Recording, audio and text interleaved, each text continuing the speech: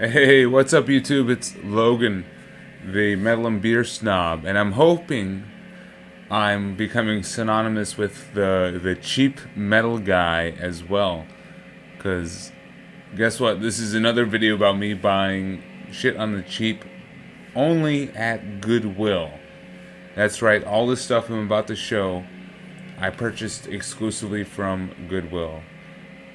I think I've made it clear in past videos that I'm definitely money conscious currently, and shopping at places where I can find music on the cheap is a must. Plus, I also enjoy the challenge of looking for metal music and just really any music that I might enjoy from Goodwill. Like, I think it's a fun thing to do during a work day where I just happen to be next to a Goodwill. I can walk in there and be done in like 10 minutes, you know? It's just a fun way to break up the day and maybe find a cool score.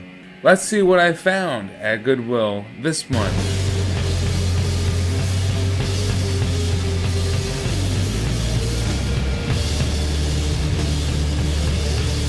And as would be tradition with a Goodwill video, I found this beer at the salvage grocery store, which is famous to me for getting, all their groceries and beer from, pallets that fell off the truck or are just no good anymore.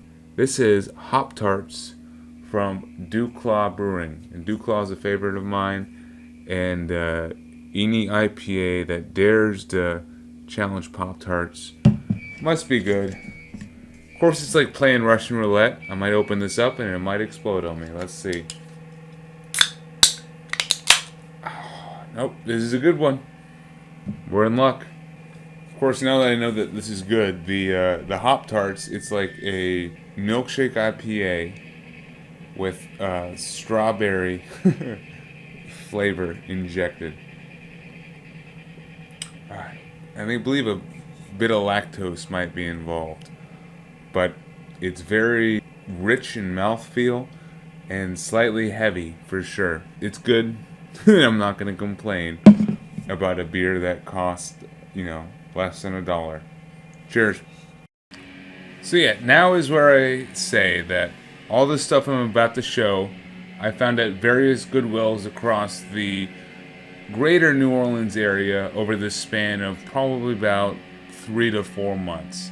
It's really been like from October through just last week that all this stuff was found. So it's not like I'm going into, a Goodwill one time and finding all this great shit.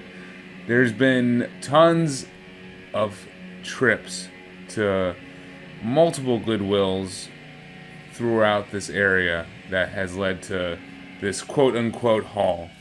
And of course, I'd say that maybe the quality might not live up to an actual, record purchase that you could do at an online store or record store. But to me, it's always cool what you might be able to pull out of these not music stores, just unlikely places. And I want to make videos like this just so that people don't neglect their Goodwills, their thrift stores, their flea markets, places that might seem unlikely to find good music at. But it's still there. I promise you, it's still fucking there. So take a couple minutes extra out of your day and see what you might be able to find. And let's see what I found. So first up, I found some shred. Some instrumental shred from like an all-time great. I'm of course talking about Joe Satriani, and I found not only, the all-time classic Surfing with an Alien, but his album The Extremist. These are two of his earlier records that I was able to track down. I like how this one has the CD Warehouse sticker on it. I've only listened to this one once, but I've had this one on repeat a couple times. It's less than 40 minutes. It's an easy, fun album, and I just love the light levity of it. It kind of feels like video game soundtrack music at times, God, Satriani is a great guitarist, and anything with the Silver Surfer on it gets my vote. Yeah, Surfing with the Alien has been an album I've wanted for a while. And really just to like start to dive into the prog instra shred stuff. So, cheers Satriani, and then I will listen to this more after I kind of fully digest this. Can't go wrong with Joe Satriani. And then at the same time, I found another Megadeth album. Now, is this one important for a Megadeth fan? Probably not. But am I happy to have it? Yes. This is Cryptic Writings. And holy shit, this has the 90s written all over it. And like the, obnoxious post-grunge 90s. This came out in 1997, so well after the death of thrash metal, where Megadeth was trying to figure out what the hell they were anymore. And this was their follow-up to Euthanasia, and yeah, it definitely shows. It's not a great album, but it's not a bad album. I have a real soft spot for Trust. It might be the drums, it might be the chorus, I don't know what it is. Maybe it's the dynamics in the song, but Trust is really good. A lot of the other tracks really reek of that post-grunge, like 90s vibe, but with Dave Mustaine singing over it, and it's just so unique to hear Dave sing over some kind of Pearl Jam track. I will say She-Wolf is definitely great. Sin is okay, but it's definitely interesting hearing this band play this type of music, because guess what? Marty Friedman is still in this band here, and I sometimes forget that this is, I think, Marty Friedman's last album with the Death. This is a dialed back Megadeth album overall. Like, everything is a bit slowed down and even keel. I do like how the CD comes with the Cyber Soldier insert still. Like, for only $20 a year, you can become a Cyber Soldier and rewarded with a CD of 3 never-before-released live tracks. Membership still includes an autographed photo, a Death Watch newsletter subscription, and members-only events and chances to meet and greet the band. Ready to enlist? Sign me up. And then from there, we have an interesting post-punk album. A very underrated one, too. One that I don't think gets mentioned too much in the grand scheme of things. This is Minutemen. And I've not been listening to this too much. This was kind of like a blind buy. I mean, thankfully when you're buying stuff from Goodwill, you're willing to do some blind buys. But this is their debut album, What Makes a Man Start Fires. And it's just like a quick 30-minute long, 18-track album. Very bass-driven. Very A-cab. I mean, look at some of these graphics on the back. The vocal delivery from Mr. Mike Watt over here and D. Boone, I think it's Daniel Boone, unique. We got tracks like Bob Dylan wrote propaganda songs, Beacon Sighted Through Fog, Sell or Be Sold, Life as a Rehearsal. I mean, there's some good stuff here.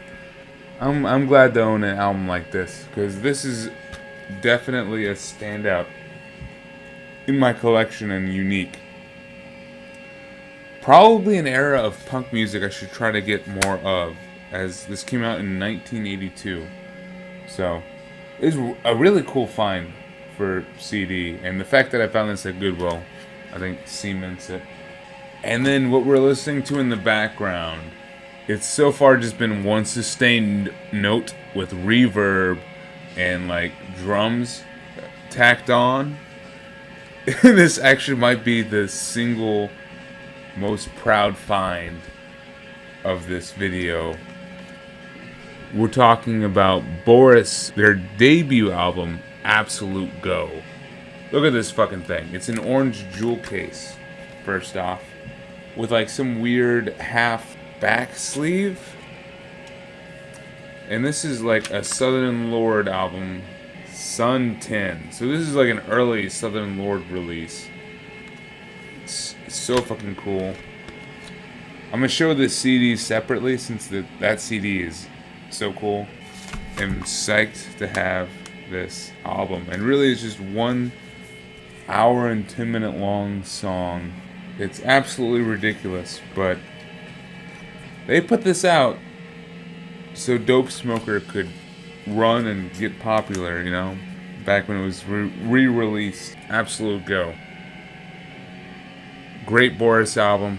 I love Boris, but they're one of those bands where their discography is so huge, it's like, where the fuck do I start? And thanks to Goodwill, I have a good starting place at their actual start. Absolute go. And then now's a good time to mention the one record I found this Goodwill hunting season. Van Halen 5150. Honestly, I hear this is a tough album to actually track down on record, but thanks to Goodwill, man, this was $2. Pretty good condition. I feel like I actually came to Goodwill right when this was put out onto the shelves. Otherwise, I would not have gotten it. But man, the record itself is impeccable. I really still don't know much about this album besides like the single, you know, Why Can't This Be Love, and the track Love Walks In. But I know there's a bunch of fans of this era of Van Halen out there. And then from there, I went to a Goodwill in Florida just to, you know, change it up from the Louisiana Goodwills. I only found one album, but it was a doozy. The first Skid Row album, complete with a Don't Tread on Me sticker, because it's coming straight from Jacksonville, Florida. That's what you get. And I've long had Slave to the Grind, but have long sold my self-titled Skid Row, which I've admittedly regretted selling it, because this is a good album, so I'm glad to have it back. Because, I mean, these guys are a fun, interesting band. They're that perfect straddle between the cheese and pop sensibility of the worst of 80s glam in a more edgy 90s sound. I mean, tracks like Big Guns, 18 in Life, Youth Gone Wild, Here I Am, and Midnight Tornado really just sealed the deal for this being a quality album. I mean, it's not like an amazing release, but it still is worth owning. Especially for 18 in Life. God knows that song has been played to death. I've played it to death, but I still love hearing about Ricky. He was a young boy. Poor kid. And then next up, I found two very interesting single CDs. So these are just like promotional releases of a single song. And the first is one of Beastie Boys' best track. God damn it, it's Sabotage. The Sabotage Free Shitty EP. If you're a metalhead of a certain age, you gotta know how good the Beastie Boys are and how fucking great the song Sabotage is. And to be able to own just a single CD that plays Sabotage not once, but twice is priceless. I mean, it's got the original LP version on it, and then a clean version, which is really only clean because of one bleeped word. I mean, I will listen to Sabotage over and over again any day of the week, whether there's a bleeped word or not. So, happy to have this. The other single is an interesting one, and I guess maybe Rob Halford's first foray into Christmas music. This is his side band Fight with Christmas Ride. I honestly, my jaw dropped when I saw this at the fucking Goodwill. I had never heard of Fight having a Christmas song, let alone like a Christmas EP or single released. But here we go. This is a single Christmas song titled Christmas Ride. Here's the CD on the other side. I don't know if it actually has a cover here. And it's a pretty metal song, Christmas Ride. And it just follows by Rob Halford, track 2, Rob Halford's Holiday Greeting. It says, "To the rock jocks and PDs, this track is for you. Have fun with it. Thanks for the support, Rob." This came out in 1994, and it says, "Look for the next Fight album in spring of 1995, which I think they must be referring to their sophomore effort. I don't remember the name of it, but I'll put it somewhere. Alright, so next up I have a quick dad rock haul, if you will. I found these 4 CDs, like, untouched. First is an absolute classic that I already owned, but I'm going to be gifting to a deserving home. Master of Reality. I cannot believe when I found this. Like, just a perfect copy of Master of Reality. Looks untouched. Brand new. Probably my second or third favorite Sabbath album. I mean, you can't go wrong with tracks like Sweet Leaf, After Forever, Children of the Grave, Lord of this World, and Into the Void. I listed the whole album, essentially. And then I finally am picking up the album that dethroned Metallica, Aqualung by Jethro Tull. So, I've been wanting to get into Jethro Tull for a while, and I've just never really found something for the right price. But god damn it, Goodwill has the right price, and I finally have Aqualung. And from what I've listened to it, I already enjoy it, and I already think it fits right in line with some of my favorite, like Emerson, Lake and Palmer and Yes kind of albums, except maybe a bit more folkier. Like, that flute is just so fun and kind of lighthearted. You can definitely tell there's a different touch here than on other progressive rock albums, and I think that touch is just Ian Anderson. That's who it is. So I'm happy to finally have this album. And then one that I've had on LP and I've been just listening to forever. Goddamn, it's Led Zeppelin 4. I've just never had it on CD. I'm happy to take it on CD. Probably one of the most overplayed albums of all time, but also one of my favorite Led Zeppelin albums. Maybe lightly behind Physical Graffiti and Houses of the Holy for me. But I still love When the Levee Breaks. Might be my favorite Zeppelin song. Stairway to Heaven still holds up to me. Deeper cuts like Four Sticks and Going to California are also killer. And then finally, from my dad rock haul, an album I've needed on any format, Rumors. How have I not had Rumors? I don't know. I mean, everyone has this fucking record or CD, just not me until now. Thanks, Goodwill. I mean, this is just chock full of hits. It's honestly stupid how chock full of hits this fucking album is. Dreams, Don't Stop, Go Your Own Way, The Chain, You Make Loving Fun. Damn you, Fleetwood Mac, for being so good. And then finally, I want to end on a most recent haul, but really a great one. Only 2 CDs, and one is extremely underrated and unheard of, at least to me. I've never heard of this band until I stumbled across them at Goodwill. And I'm talking about Channel Zero, and this is their album Unsafe. And the reason I picked this up outside of just the look of it. I mean, like, it looks like a metal album. It was released on Metal Blade. I don't know if you can see their little logo over here. This came out in 1994. And this is a Belgium-based band, and I believe this is their third album.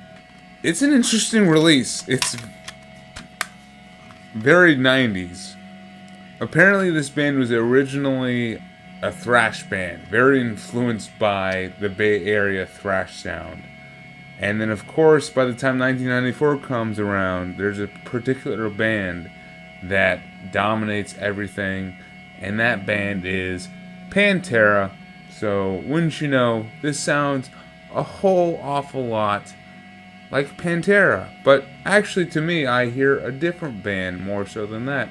I hear Anthrax, specifically the Sound of White Noise, John Bush era. And you know what? I'm a huge fan of that album. So this turns out to be a hit for me. I mean, it's restrained or held back because it sounds so much of that time and that place. But I still can't help but enjoy it. I think this album in another metalhead's hands would have ended up poorly, but thankfully it fell into mine, and I'm receiving it with open arms. And then the final album I'm going to show off tonight is probably my biggest surprise and my biggest just win from this whole, from all of the Goodwill hauls I've had so far. And it's a Dio album, Strange Highways. This is his also 1994 album. Goddamn, this is an interesting slab of the Dio discography. It's heavy. It comes soon after Dehumanizer, if I am correct.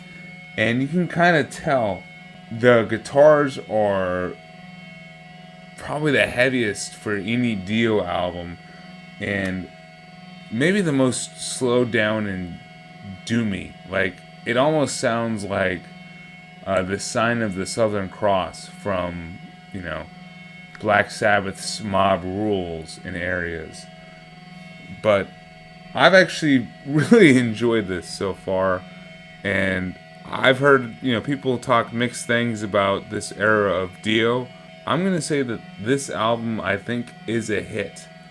And regardless of what reviews might say, if you stumble across Strange Highways for the right price, I would pick it up.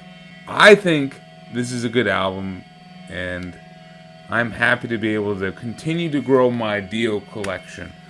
I wouldn't mind if I found all of the Dio albums, honestly. Magica, I'm looking for you next. Alright, well, that's a couple Goodwill hauls right there. I hope this video proves to you that you can find good metal releases from Goodwill. And if not good, at least serviceable. I don't know. Don't neglect your secondhand shops, especially if it's just you killing 20 minutes on a lunch break or something like that. Guys, thanks for watching. Cheers. Drink good beer. Listen to good metal.